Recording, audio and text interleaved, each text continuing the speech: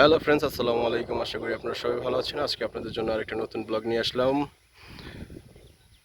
নতুন ব্লগ বলতে আমাদের বর্ষার পানি অলরেডি ঢুকে গেছে। এই বর্ষার পানি আপনারা দেখতে পাচ্ছেন, আমাদের যে কৃষিক্ষেত জমিগুলো, সেই জমিগুলো আপনার ভরে গেছে প্রকৃতির বানভাসী যে বর্ষার পানি, যে সেই বর্ষার পানি এখানে হয়েছে। দেখতে পাচ্ছেন আপনারা যে ভুট্টা ক্ষেত তলায় গেছে পানির নিচে। এখন ওই দূরে দেখতে পাচ্ছেন আপনারা একটা নৌকা নিয়ে কিছু লোক, তাদের বর্ষার নতুন পানি যেহেতু আসছে, তারা সেই বর্ষার পানিটা উপভোগ করছে। আশা করি আর কিছুদিনের ভিতরেই দেখতে পারবেন, হয়তো বা এই রাস্তাঘাট তলিয়ে যেতে পারে। দেখতে পাচ্ছেন প্রচুর পরিমাণ পানি ঢুকেছে, নতুন পানি। এটা হলো একটা কলা বাগান।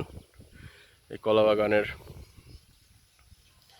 ভিতরেই দুই পাশে শুধু পানি আর পানি।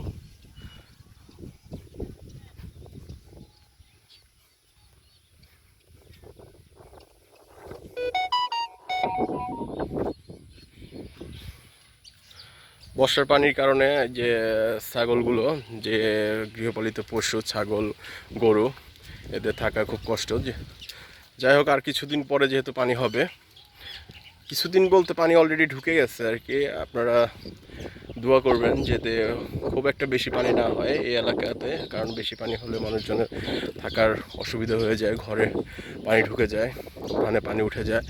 দেখতে পাচ্ছেন এই যে কচু ক্ষেত যেহেতু রোডের পাশে, এই কারণে অতটা পানি বোঝা যাচ্ছে না। এটা হলো কচু ক্ষেত।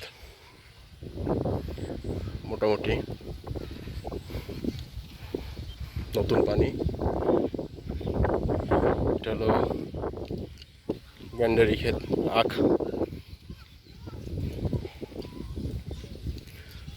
ক্ষেত।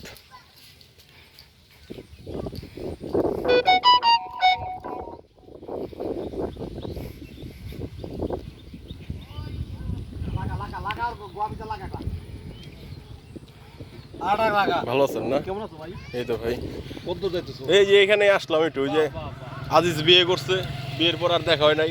তার তো ওই যে বাটপার তোকে দাওয়াত দিছিলা, এই কথা বলে না। ও তো যে এমন সময়